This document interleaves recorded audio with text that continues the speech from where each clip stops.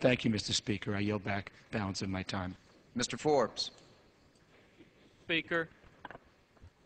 Mr. Speaker, on April 6th of this year, the President of the United States traveled halfway around the globe and in the nation of Turkey essentially proclaimed that the United States was not a Judeo-Christian nation.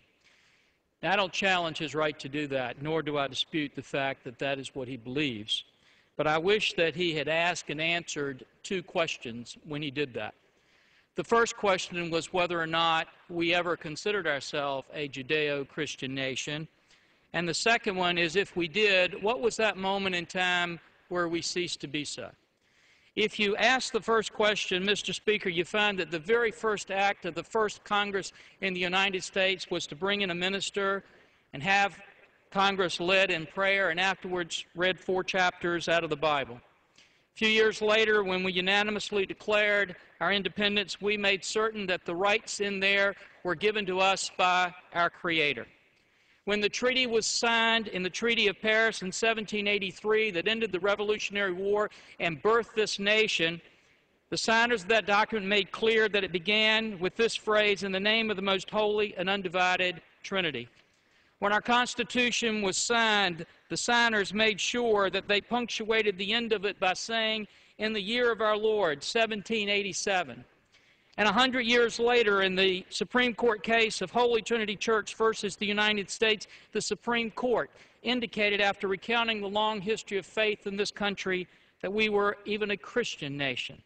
President George Washington, John Adams, Thomas Jefferson, Andrew Jackson, Abraham Lincoln, William McKinley, Teddy Roosevelt, Woodrow Wilson, Herbert Hoover, Franklin Roosevelt, Harry Truman, Dwight Eisenhower, John Kennedy, Ronald Reagan all disagreed with the President's comments and indicated how that the Bible and Judeo-Christian principles were so important in this nation. And Franklin Roosevelt even led this nation in a 6-minute prayer before the invasion of perhaps the greatest battle in history, in the invasion of Normandy, and asked for God's protection. And after that war, when Congress came together and said, where are we going to put our trust? It wasn't in our weapon systems or our economy or our great decisions here, but it was in God we trust, which is emboldened directly behind you.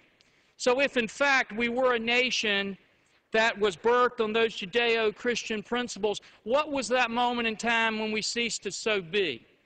It wasn't when a small group of people succeeded in taking prayer out of our schools, or when they tried to cover up the word referencing God on the Washington Monument, or they tried to stop our veterans from having flag-folding ceremonies at their funerals on voluntary basis because they mentioned God, or even when they tried in the new visitor center to change that national motto and to refuse to put "In God We Trust" in there. No, Mr. Speaker, it wasn't any of those times, because they can rip that word off of all of our buildings, and still those Judeo-Christian principles are so interwoven in a tapestry of freedom and liberty that to begin to unravel one is to unravel the other.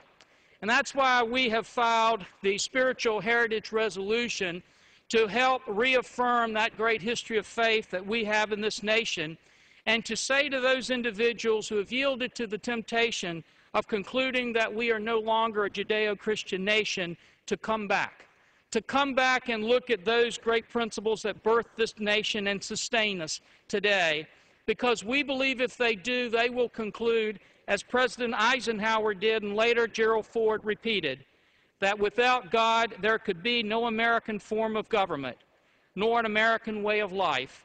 Recognition of the Supreme Being is the first expression of Americanism.